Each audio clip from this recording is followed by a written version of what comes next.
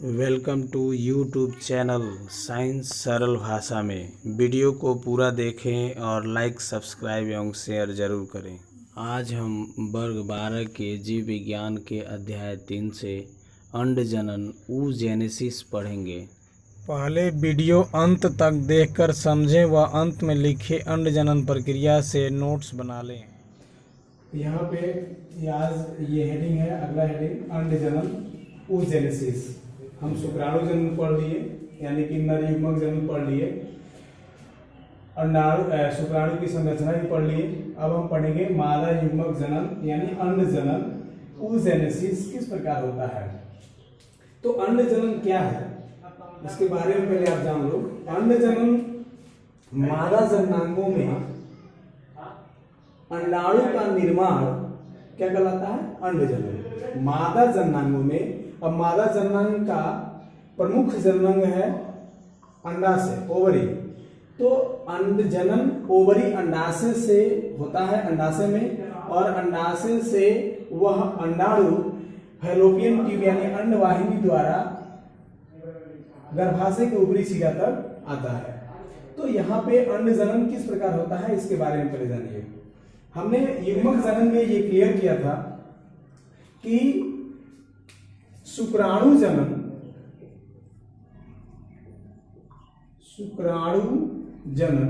यानी शुक्राणु जो बनते हैं वह किशोर अवस्था से शुरू होते हैं। शुक्राणु किन में बनते हैं, नर में। वह किस अवस्था से शुरू होते हैं, वह किशोर अवस्था से 11 से 13 वर्ष की उम्र में आयु में ये शुरू होता है। ठीक है, कौन शुरू होता है, शुक्राणु जनन, शुक्राणु का निर्माण। जबकि वही मादा में अंडाणु जनन कब से शुरू होता है, जन्म के पहले से,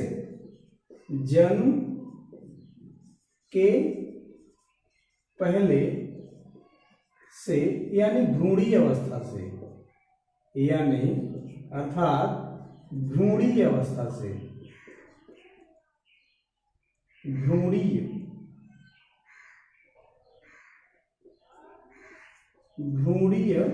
अवस्था से।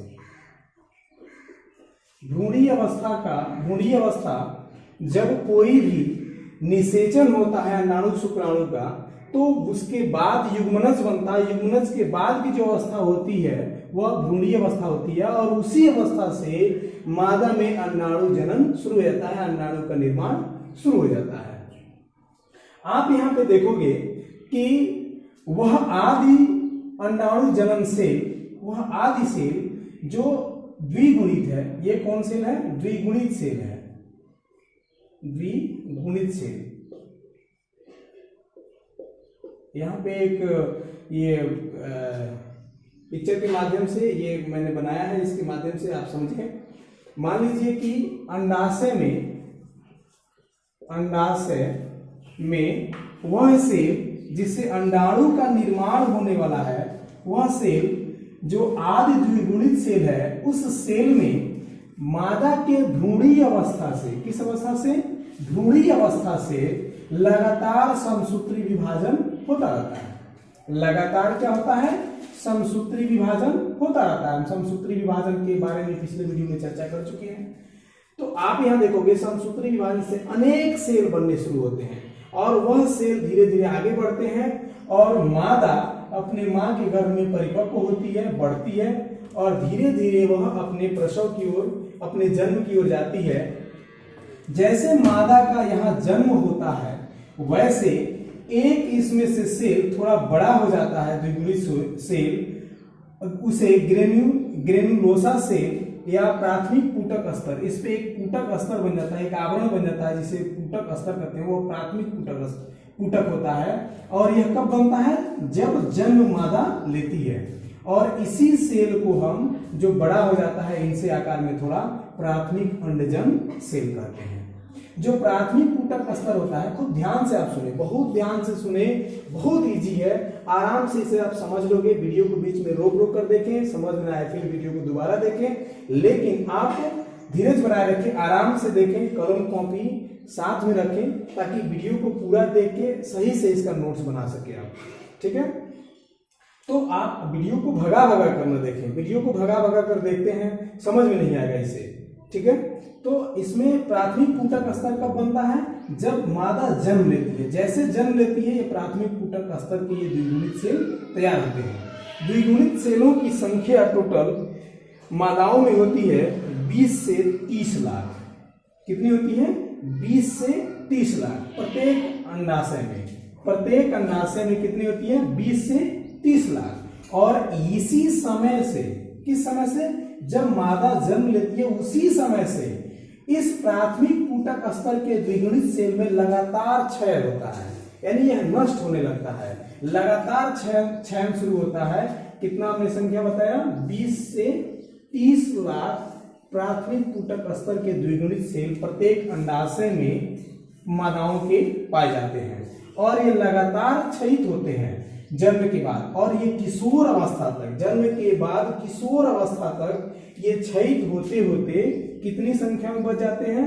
60 से 80 हजार की संख्या में बच जाते हैं। कितनी संख्या में? 60 से 80 हजार की संख्या में बच जाते हैं।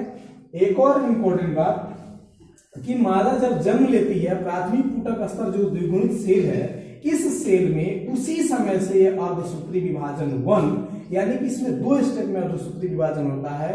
अर्धसूत्री विभाजन 1 उसी समय से शुरू हो जाता है।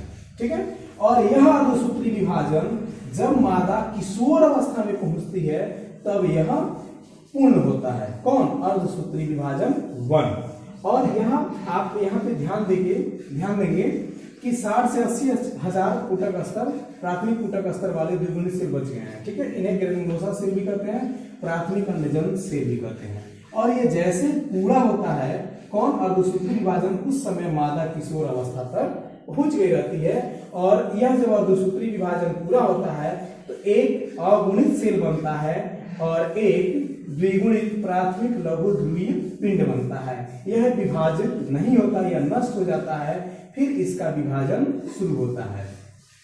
तो यहाँ अर्धसूत्री विभाजन जो होता है वह विषमाकार होता है। विषमाकार, ठीक है, ये विषमाकार अर्धसूत्री विभाजन है। इसके बाद जैसे मादा किशोर अवस्था में पहुंच जाती है तो ये जो सेल है, ये अगुणित सेल जो प्राथमिक ऊतक स्तर से तैयार हुआ है, इस सेल पर LH हार्मोन का प्रभाव होता है। किस हार्मोन का? LH हार्मोन का प्रभाव होता है।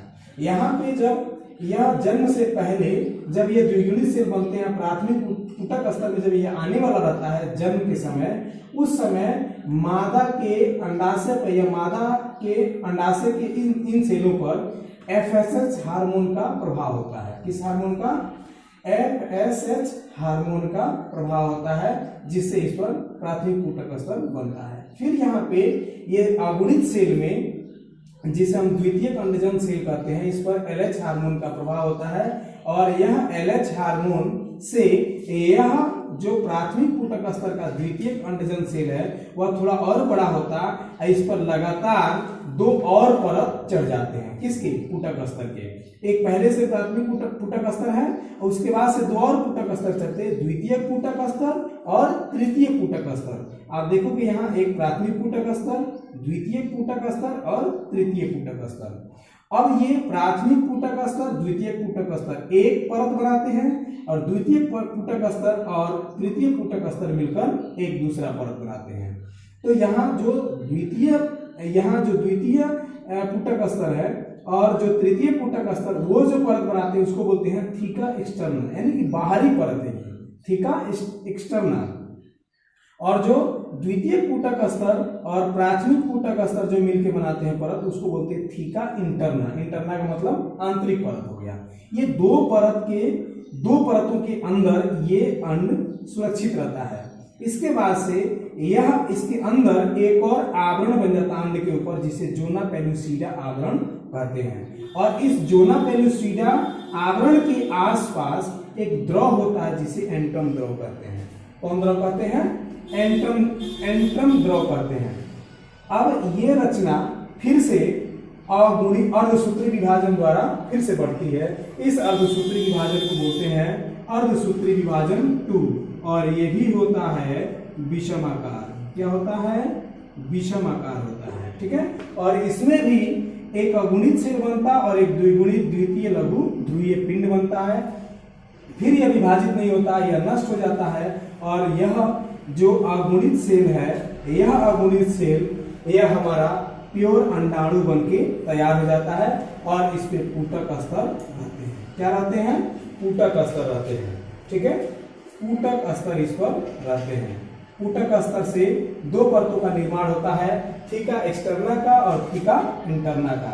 ये दोनों परत इस पे रहते हैं। जैसे एक अंडाणु का आप संरचना लोगे, ये अंडाणु, यहाँ एक अंडाणु है और यह अंडाणु अगुणित है। ये जो थीका जो पूटक स्तर है, ये पूटक स्तर जब फट जाते हैं, पूटक स्तर जब फट जाते हैं, यहाँ हम बना दे रहे हैं इसको, यहाँ पे आप देखोगे जब पूटक स्तर फट जाते हैं तो ये अंडाणु क्या होता है?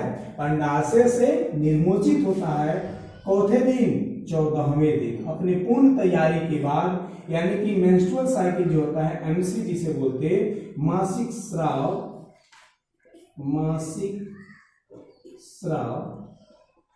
या माहवारी इसे कह सकते हैं आप, माहवारी। इसकी समाप्ति के ठीक 14वें दिन, चौथे दिन, 14वें दिन, यह जो है अंडाणु पूटक स्तर के फटने से बाहर निर्मोचित होता और फैलोपियन ट्यूब के माध्यम से, अंडवाहिनी के माध्यम से गर्भाशय तक हो जाता है। ओके, तो आज के लिए इतना ही। ये वीडियो आप फिर से बीच में रोक कर देख लीजिएगा, बहुत इजी है, बार बार देखिएगा तो समझ में आ जाएगा। और इसके बाद से इसमें कुछ क्वेश्चंस हैं, आप क्वेश्चंस नोट कर लीजिए और देखिए, इसको बनाइए, सॉल्व कीजिए। अंडजनन, oogenesis, मादा अंडाशय में अंडाणु का निर्माण अंडजनन प्रक्रिया। मादाओं में भ्रूणीय अवस्था से जन्म तक आदि द्विगुणित अंडजन कोशिकाओं में समसूत्री विभाजन से प्रत्येक अंडाशय में 20 से 30 लाख प्राथमिक पूटक स्तर के प्राथमिक अंडजन सेल बन जाते हैं।